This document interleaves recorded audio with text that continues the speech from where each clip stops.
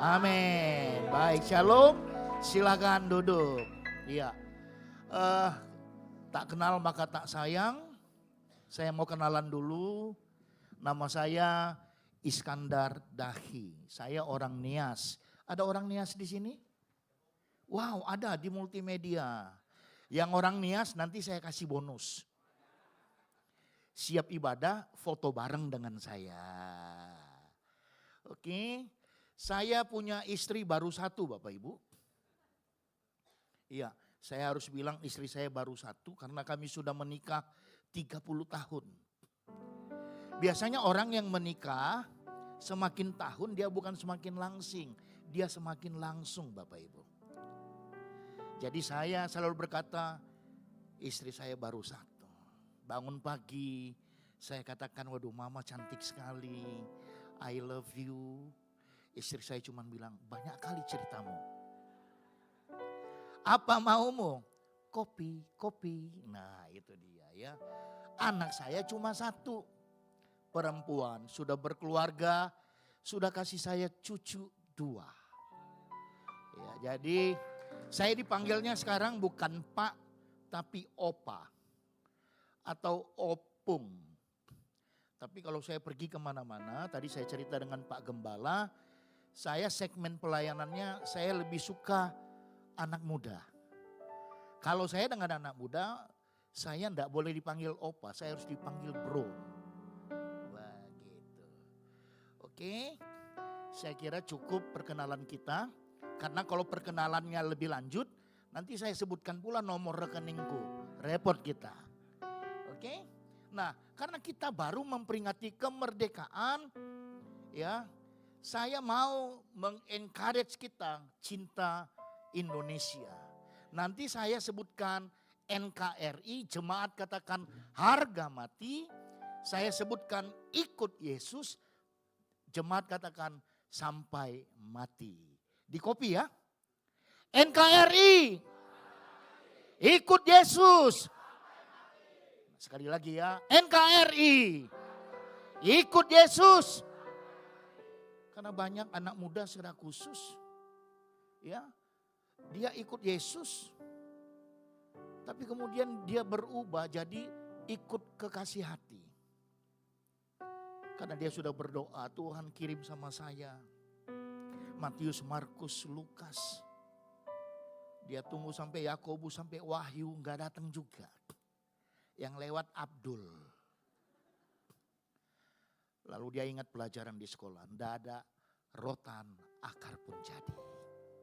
Jadi hari ini biarlah kita dikuatkan sebagai bangsa, NKRI itu harga mati, tapi ikut Yesus sampai mati. Saya bersyukur pertama-tama tentunya kepada Tuhan Yesus yang memberikan saya waktu, izin boleh berkhotbah di tempat ini, terlebih kepada Pak Gembala. Lalu saya juga kemarin ketemu Pak Parhusip. Pak Parhusip akan semakin melesat naik. Dia kemarin ikut diklat. Diperkenalkan katanya ada ada putranya. Lalu ada saya kenal di belakang. Ya, lambaikan tangan dong Pak. Iya. Ya Pak Hasan. Lalu saya nggak lihat Pak Jordan, di mana Pak Jordan? Maksudnya yang saya kenal. Baik, tema kita hari ini adalah buah pekerjaan yang baik. Yuk kita sama-sama baca ayatnya, Kolose 1 ayat 10. 1, 2, iya. Sehingga hidupmu layak di hadapannya, serta berkenan kepadanya dalam segala hal, dan kamu memberi buah dalam segala pekerjaan yang baik, dan bertumbuh dalam pengetahuan yang benar tentang Allah. Katakan amin. Buah pekerjaan yang baik.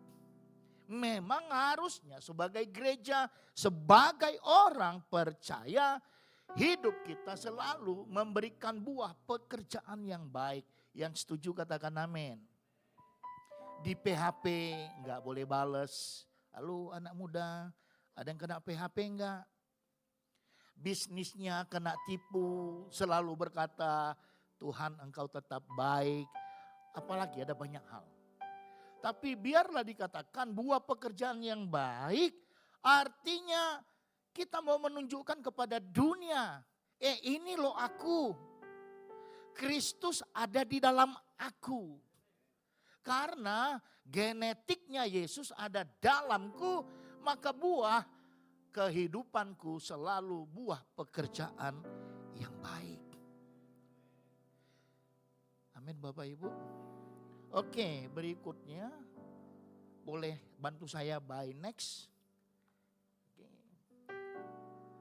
Hidup yang layak dan berkenan. Itu yang pertama kita ambil dari ayat untuk bulan ini. Kolose 1 ayat 10. Dikatakan 1 Yohanes 2 ayat 6. Gantian ya. Ini saya yang baca biar Bapak Ibu bisa menikmati suara saya yang bagus. Ya toh? Barang siapa mengatakan bahwa ia ada di dalam dia, ia wajib hidup sama seperti Kristus telah hidup. Next. Hidup yang berbuah. Yohanes 15:16 berkata, bukan kamu yang memilih aku, tetapi akulah yang memilih kamu, dan aku telah menetapkan kamu supaya kamu pergi dan menghasilkan buah, dan buahmu itu tetap, supaya apa yang kamu minta kepada Bapa dalam namaku diberikannya kepadamu. Yang berikutnya. Hidup yang bertumbuh dalam pengenalan akan Tuhan.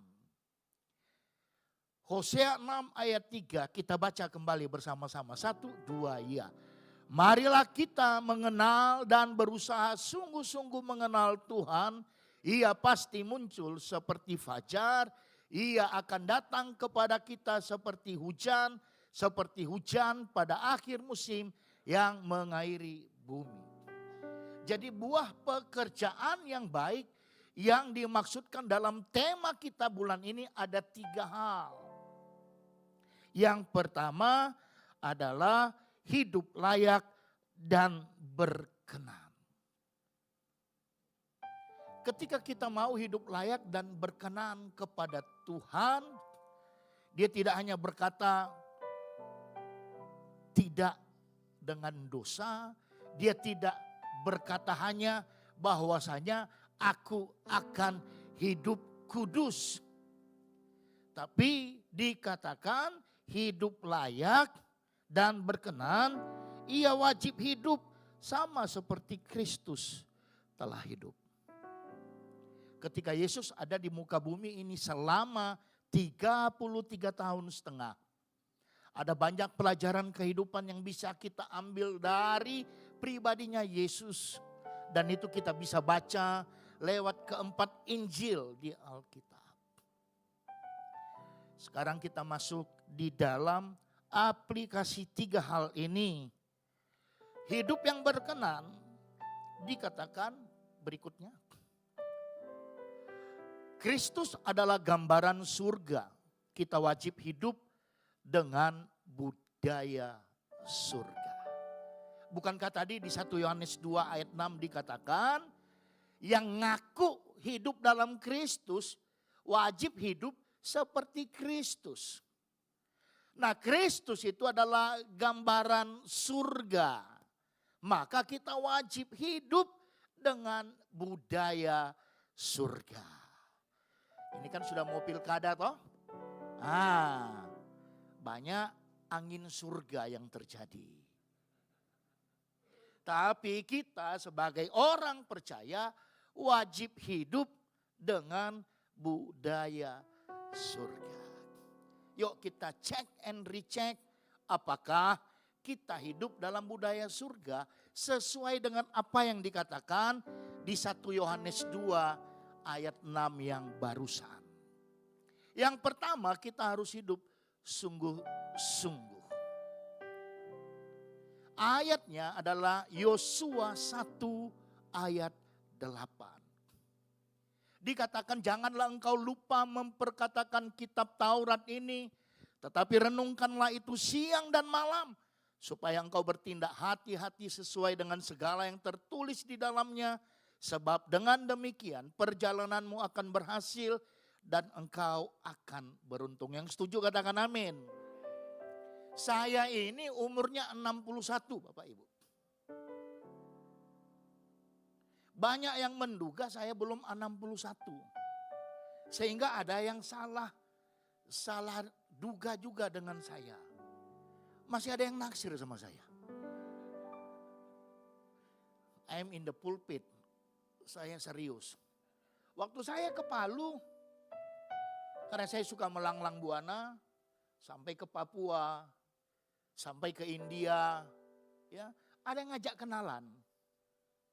Saya bilang, aduh, aku ini sudah opung-opung, ya, nggak ada lagi cerita kenalan. Nah, dikatakan sungguh-sungguh, janganlah engkau lupa memperkatakan kitab Taurat ini. Saya mau tanya, kita punya handphone, ada aplikasi Maps, betul? Betul ya? Bisa salah nggak Maps yang kita pakai? Bisa. Suatu ketika saya mau ke Tanjung Piayu pelayanan, ya, Maps-nya ngomong gini, 100 meter belok kiri, lalu belok kanan, ya. Tapi saya nggak nyampe-nyampe. Untung Maps-nya nggak berkata, putar ke kiri, putar ke kanan. Tapi Alkitab, firman Tuhan, Maps yang tidak akan pernah salah menuntun hidupmu. Yang setuju katakan amin. Lalu boleh bertanya ya, saya kan pengkhotbah tamu. Kalaupun gak suka, ya gak apa-apa. Yang penting saya hari ini bisa menyampaikan ini. Pagi tadi yang bangun, yang doa. Yang doa tadi pagi bangun. Tadi pagi yang bangun, makan sate. Saat teduh, baca Alkitab. Ayo come on. Ya kalau Pak Gembala, Pak Parhusip, ya gak usah ditanya lagi. Kalau tidak namanya kebangetan. Saya ini menuju pembacaan Alkitab dari Kejadian sampai Wahyu untuk yang ke-14 kali. Kejadian sampai Wahyu. Saya bertobat tahun 2002. Masih baru Bapak Ibu. Bahkan sampai hari ini pun ada teman saya gak percaya saya itu pendeta. Saking amburadulnya hidup saya dulu. Ada yang bilang, kau, mohon maaf karena saya anak Medan. Ada anak Medan di sini? Woi, nagorangan ya. Kau karena kau gak bisa cari kerja, kau sekarang pura-pura jadi pendeta pula. Enggak, aku pendeta. Saya enggak panas hati, kan tadi katanya buah kita harus tetap ya. Lalu saya bikin hashtag saya, bukan iman kaleng-kaleng. Itu dia hashtag saya. Jadi mari Bapak Ibu baca setiap saat, setiap waktu. Cucu saya, setiap kami mesbah keluarga, kami wajib baca Alkitab. Saya baca Alkitab, mamanya bacakan juga Alkitab kepada dia, kepada anaknya, cucu saya itu dalam English version. Setiap hari, setiap kami mesbah keluarga wajib baca. Ya. Sehingga ternyata anak kecil juga bisa jadi berkat. Bapaknya, abangnya, saudara-saudara kami dipastori 13 orang. Ya. Mau gak mau semuanya terimbas. Belajar bahasa Inggris. Itu. Yang kedua akurat. Matius 5 ayat 37. Firman Tuhan berkata, jika ya hendaklah kau katakan ya, jika tidak hendaklah engkau katakan tidak. Apa yang lebih daripada itu berasal dari si jahat. Yang setuju katakan amin. Kalau di gereja ibadahnya jam 10. Tapi kita datang gerejanya jam 10.10, itu namanya enggak akurat.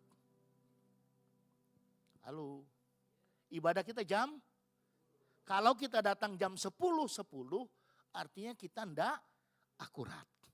Kenapa kita lebih takut ketinggalan pesawat daripada ketinggalan hadirat? Ayo come on. Ya kan kita lebih takut ketinggalan pesawat kan? Apalagi kami yang tinggal di Tiban, kalau mau ke bandara itu ekspektasinya itu 1,5 jam baru sampai bandara. Tapi kita masuk ke gereja, hayya.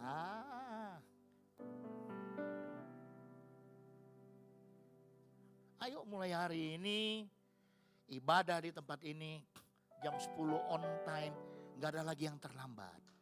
Yore, tepuk tangan dong. Yang tersinggung tetap puji Tuhan karena artinya firman bekerja. Yang ketiga, radikal. Daniel 3, 16-18. Ini berbicara tentang bagaimana 3 anak muda. Lalu Sadrak, Mesak dan Abednego menjawab, Raja Nebukadnezar, tidak ada gunanya kami memberi jawab kepada Tuanku dalam hal ini. Jika Allah kami yang kami puja sanggup melepaskan kami, maka ia akan melepaskan kami dari perapian yang menyala-nyala itu dan dari dalam tanganmu ya Raja. Tetapi seandainya tidak, hendaklah Tuanku mengetahui ya Raja, bahwa kami tidak akan memuja dewa Tuanku dan tidak akan menyembah patung emas yang Tuanku dirikan itu. Terlalu banyak orang Kristen jadi hakim, Bapak Ibu. Terlalu banyak kita jadi hakim. Kita lihat orang lebih rendah ekonomi daripada kita, tuh nggak diberkati loh. Lalu kita lihat ada orang sakit nggak sembuh-sembuh, lalu ada kutuk di situ. Terlalu sering kita menjadi hakim. Tapi Daniel 3 mengajar kita, sekalipun Tuhan yang kami sembah tidak menolong kami, sekali-kali kami tidak akan menyembah patung Tuanku Raja. Artinya ketika engkau ekonomimu pas-pasan atau ekonomimu kurang, engkau enggak terlibat dalam judol. Tahu judol? Engkau tidak terlibat pinjol. Tahu pinjol? Dua-duanya itu bisa membuat benjol, Bapak Ibu. Jadi jangan ikut. Karena engkau mau mendongkrak hidupmu. Engkau terlibat judol, engkau terlibat pinjol. Yang akhirnya akan membuatmu benjol. Banyak kali gereja berpikir Tuhan Yesus itu ATM. Serius. Mindset kita harus rubah. Buat pekerjaan yang baik, sekalipun Tuhan tidak tolong, kita tetap berkata, Tuhan engkaulah Rajaku. Siapa yang pernah pergi ke ATM? Ada yang pernah ke ATM? Pernahkah ketika kita ke ATM, lalu kita bersujud, angkat tangan, lalu angkat pujian, ku ingin tetap di sini. Enggak ada.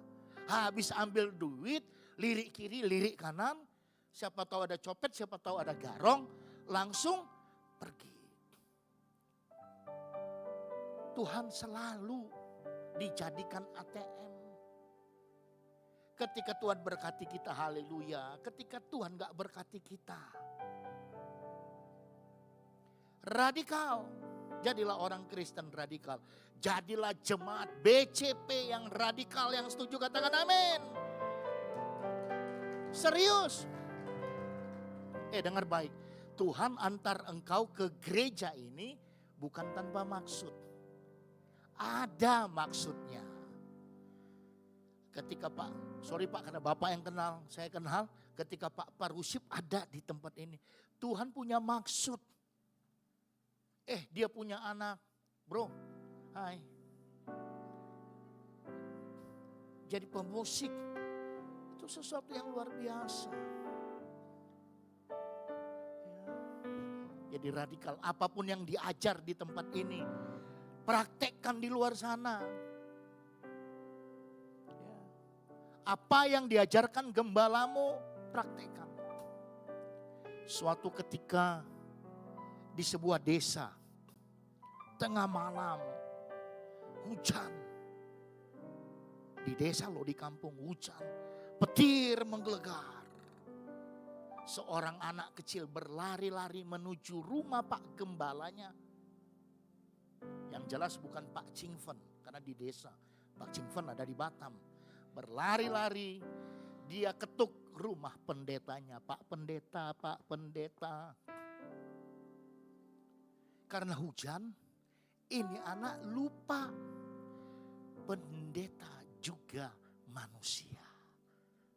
Pendeta tidur lelap. Anaknya enggak putus asa. Dia pakai 2 tangan. Pak Pendeta, Pak Pendeta. Enggak bangun juga.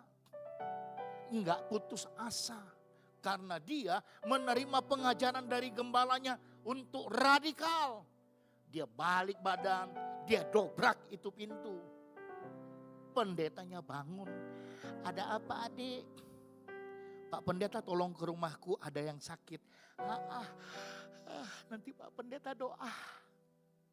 Nggak mau Pak Pendeta harus ikut. Hujan. Di kampung yang ada payung itu cuman daun pisang. Kira-kira hujan lebat pakai daun pisang, badan kering atau basah kuyup? Basah kuyup. Dia juga berlari-lari tiba di rumah. Pendeta heran, dia langsung dibawa ke belakang rumah. Pak Pendeta, sapiku sedang sakit. Pendeta panas hati. Dia berdoa, hei sapi, kalau kau mau mati, matilah. Kalau kau mau hidup, hiduplah. Pendeta pulang besok pagi, si anak kaget, sapinya sembuh. Dia bilang sama mamanya, Mak, kasih ucapan syukur. Ayo dong para jemaat. Ya, jangan pernah berpikir ketika engkau menyampaikan ucapan syukur di gereja itu untuk oknum. No, itu untuk pekerjaan Tuhan. Yang setuju katakan amin. Nah di desa nggak ada KFC. Yang ada pisang. Dipotong 1 tandan, anaknya berlari-lari ke rumah Pak Pendeta. Pak Pendeta, Pak Pendeta. Yang muncul Ibu Pendeta. Kenapa dek? Mau jumpa Pak Pendeta, mau kasih ini.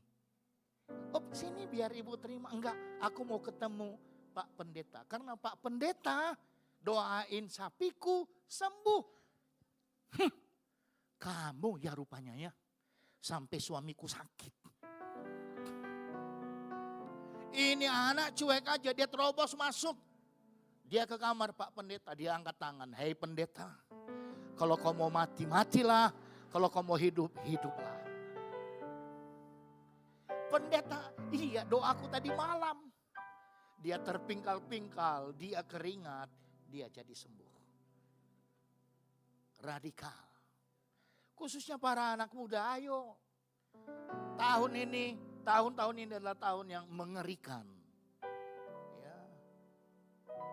Kemarin gereja dikritik karena ada gereja di Eropa sana menikahkan LGBT. Tapi barusan ada info di Arab sana ada juga yang menikahkan LGBT. Jadi kita nggak tahu yang mana satu yang benar, tapi yang benar adalah firman Tuhan. Yang keempat konsisten, Ibrani 10 ayat 25. Janganlah kita menjauhkan diri. Semua sudah tahu ayat ini. Maka kita datang ibadah di tempat ini. Yang berikut setia. Next. Balik ke ini, ke slide. Ya. Setia, Wahyu 2 ayat 10c. Hendaklah engkau setia sampai mati dan aku akan mengaruniakan kepadamu mahkota kehidupan. Setia sampai gampang? Enggak gampang. Maka setia itu mahal. Enggak sanggup dilakonin oleh orang-orang murahan. Catat baik, kita ini bukan anak-anak gampangan. Kita harus setia. Maka Roh Kudus lambangnya merpati. Ternyata sepasang merpati, kalau salah satu mati, yang satu nggak cari pasangan lagi sampai dia mati. Pernah dengar kisah Hachiko? Pasti tahu ya. Hachiko, nanti silakan googling bagaimana dia setia untuk menanti tuannya yang sudah meninggal dunia. Sampai di Jepang itu dibuatlah patung kesetiaan. Patungnya bergambar berbentuk seekor anjing. Itu dia kisah Hachiko. Nah, kita harus hidup dalam budaya surga tadi. Sungguh-sungguh akurat, radikal, konsisten dan setia. Ada harga yang harus dibayar? Ada. Ada anak gadis di sini yang baru tamat SMA? Gak ada ya, semua udah oma-oma. Wah, ini baru tamat SMA ya? Ya, kamu baru tamat SMA. Terus udah berkeluarga? Ah, sini, saya boleh panggil ke depan? Gak apa-apa. Come on, kelihatan online loh. Ah. Boleh kan, Dek? Ya. Nah, saya hidupnya amburadul. Benar-benar amburadul. Lalu ketika saya bertobat, saya berusaha menghidupi yang 5 itu tadi. Salah satunya adalah hari ini saya boleh melihat Mazmur 37 ada dalam hidupku. Tak pernah ku melihat orang yang dibenarkan, ditinggalkan, dibiarkan. Anak saya cuma 1. Kalau anak cuma 1 itu manjanya minta ampun. Udah berkeluarga pun, udah punya anak 2 pun, dia tiba-tiba pura-pura baik ke sebelah saya. Bisik, pinjam cepek dong Pak.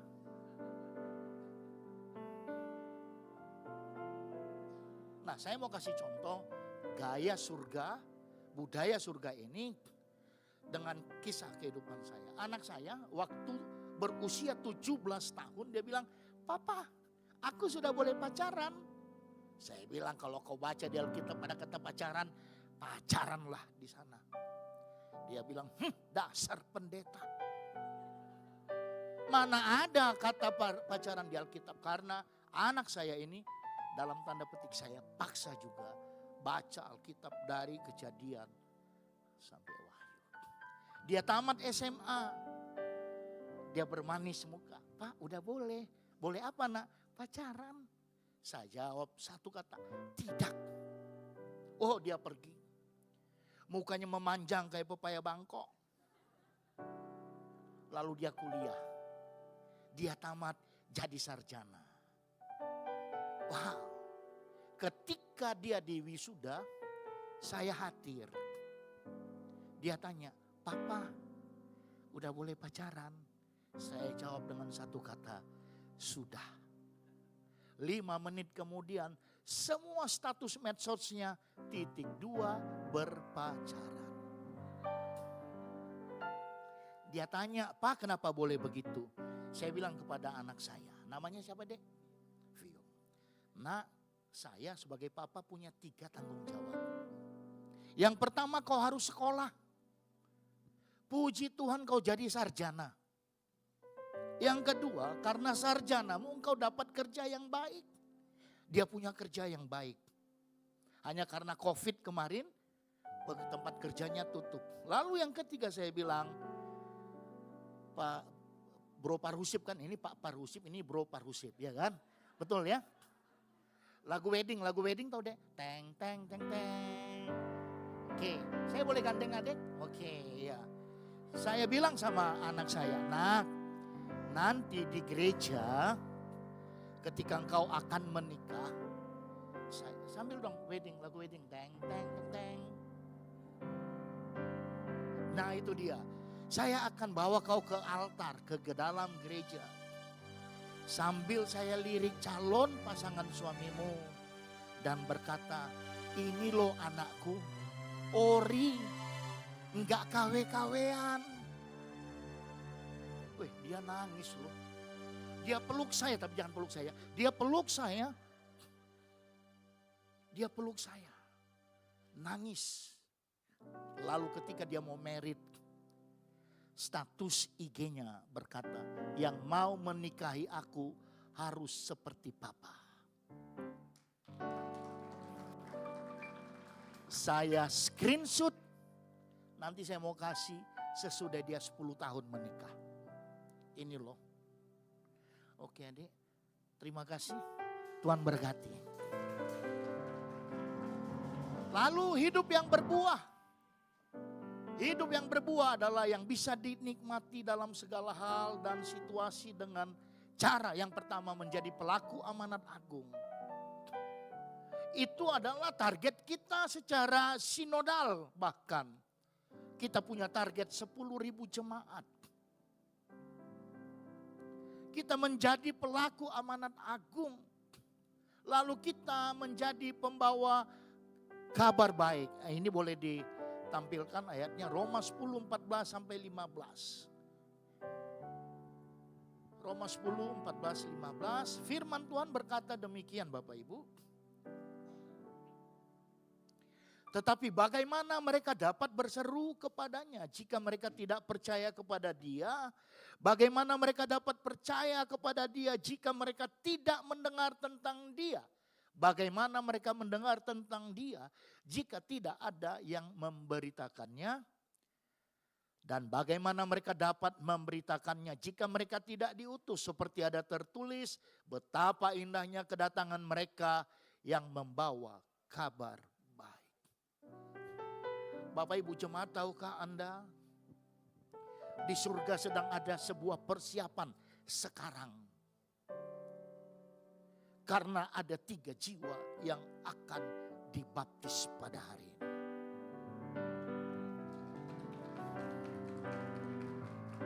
Satu orang bertobat, seisi surga bersukacita.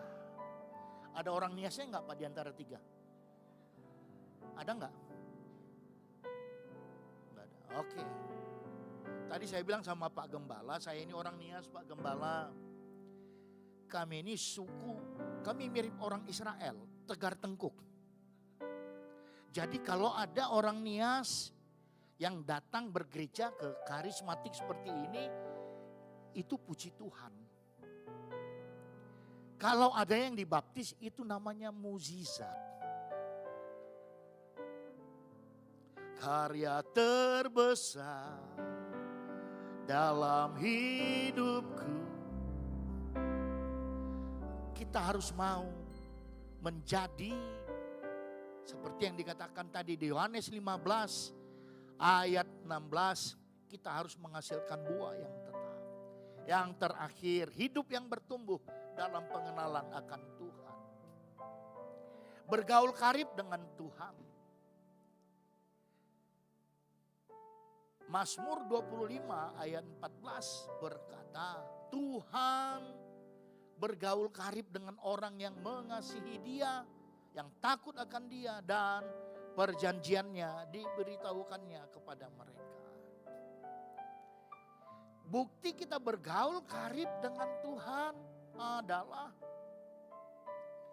ketika kita kembali ke dunia kita masing-masing. Entahkah kita guru, bisnismen, dan lain sebagainya.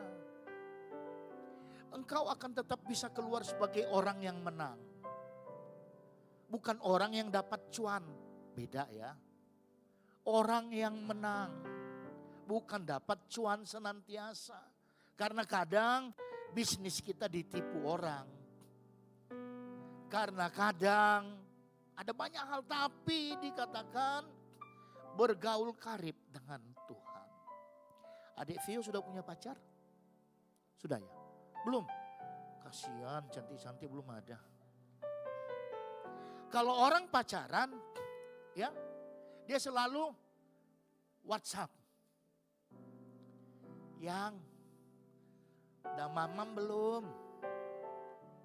Yang, lagi ngapain? Kira-kira kan begitu orang yang pacaran ya.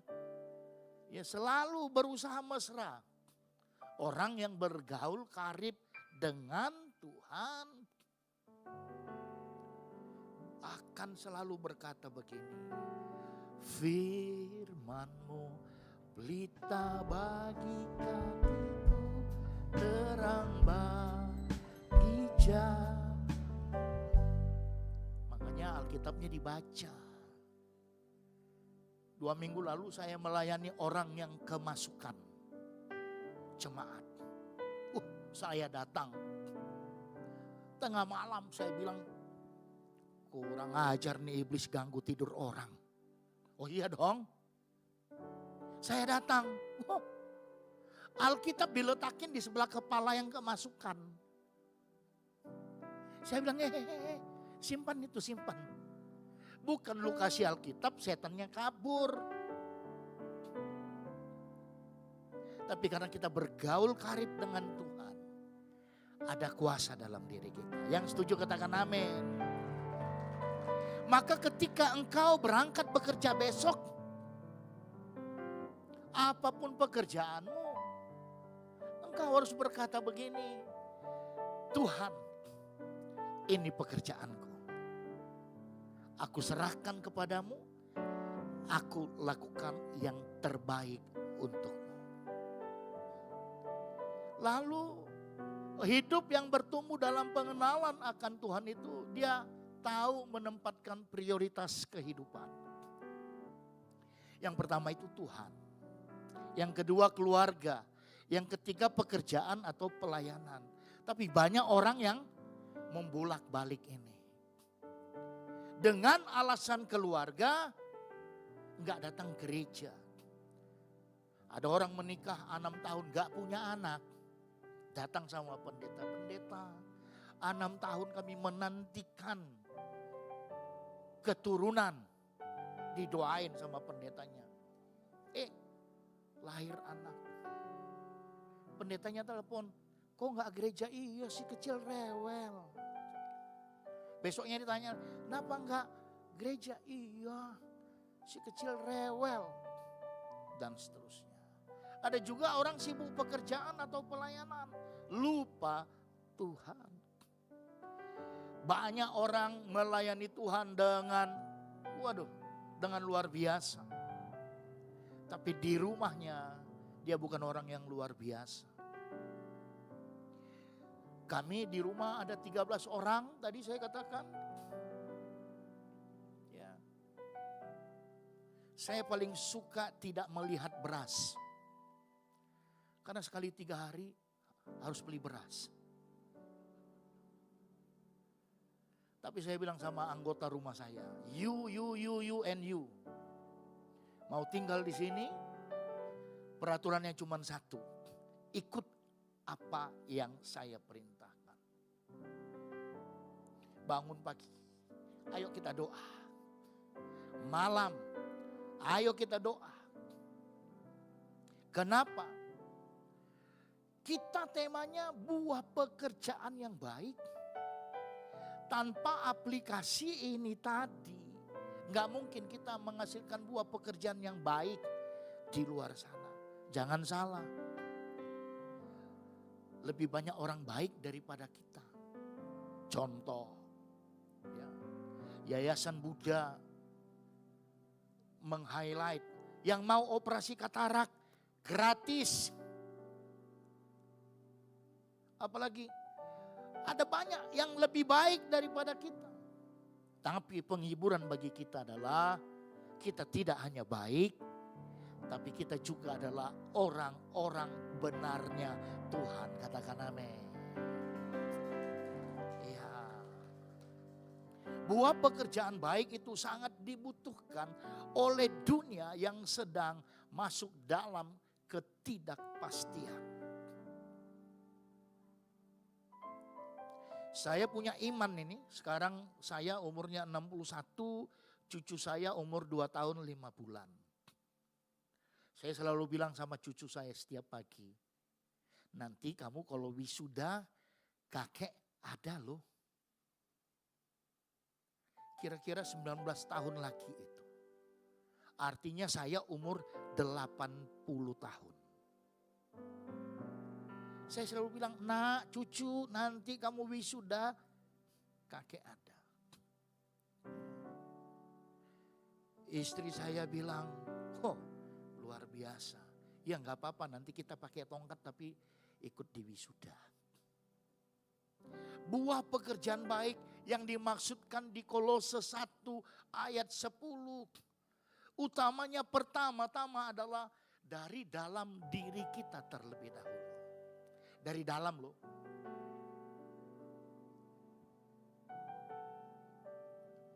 Ketika kita bisa dari dalam diperlengkapi lewat aplikasi ini tadi, kita akan bisa berkata, dimanapun kita berada, Tuhan selalu ada. Amin. Ku jadikan hidup ini untuk kemuliaan-Mu. Refnya, dimanapun ku berada, Tuhan selalu ada. Saya ketika baru bertobat Bapak Ibu, ya, saya selalu suka pergi makan ke warung Padang. Lalu sendok pura-pura saya jatuh kan. Orang lihat saya kan, saya bungkuk ambil sendok. Lalu saya berdoa, Tuhan Yesus terima kasih buat berkat-Mu. Berkati. Amin. Orang lihat. Tapi it's okay. Yang lebih seru lagi, saya itu punya 2 panggilan. Gembala dan penginjil. Saya selalu kemana-mana. Hotel bintang 5 sudah. Hotel bintang 1000 pun sudah. Tidur di hutan, serius. Tapi yang paling penting adalah buah hidup kita itu, buah pekerjaan baik kita itu bisa dinikmati oleh semua orang dalam hidup kita. Ketika kita ada dalam gereja, semuanya baik. Serius. Iblis saja gak berani ganggu. Tapi ketika kita keluar dari ruangan ini, contoh kita makan siang di bawah, ordernya kelamaan. Bisa gak kita gak marah? Kalau saya marah Pak Pendeta, oh saya harus jujur dong. Dan itu saya perlu belajar untuk saya bisa tidak marah. Ya. Ketika kita semua bisa mempraktekkan itu tadi. Kita mulai dengan step yang pertama sekali. Dalam budaya surga itu, Yosua 1 ayat 8. Janganlah engkau lupa. Ya, karena Tuhan pun tidak lupa membangunkan kita hari ini. Agar kita bisa tidak lupa memperkatakan kitab Taurat ini. Terpujilah Tuhan dan biarlah kita semua diberkati. Ya. Saya berharap nanti sore di Jodoh banyak orang nias enggak Pak? Ya. Kalau nanti di Jodoh saya akan khotbah keras karena banyak orang nias. Saya hurpas itu semua. Serius. Dan ketika saya menjadi hamba Tuhan, menjadi pendeta, finally pada akhirnya saya tahu untuk buah pekerjaan yang baik bisa dinikmati orang. Ganteng-ganteng gini Pak Parusip, ini anak buahnya Soeharto loh, serius. Tapi Tuhan bolak-balik semua. Pada tahun 98 Soeharto jatuh, saya juga di-cut dari pekerjaan. Ceritanya bagaimana? Waktunya sudah di-cut. Next time ya, nanti kalau dipanggil lagi sama Pak Gembala, saya cerita lebih lanjut. Yuk kita bangkit berdiri.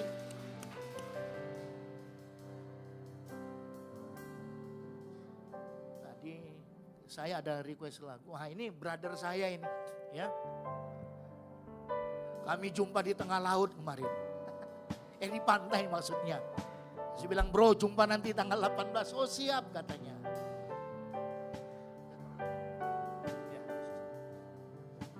Silakan. Yesus, itulah kesukaan hatiku. Ku lepas semua hakku untuk mengenal kehendaknya di hidupku, mengiring Yesus, itulah kekuatan hidupku. Ku yakin anugerahnya mampu jadikanku hamba yang berkenan selalu.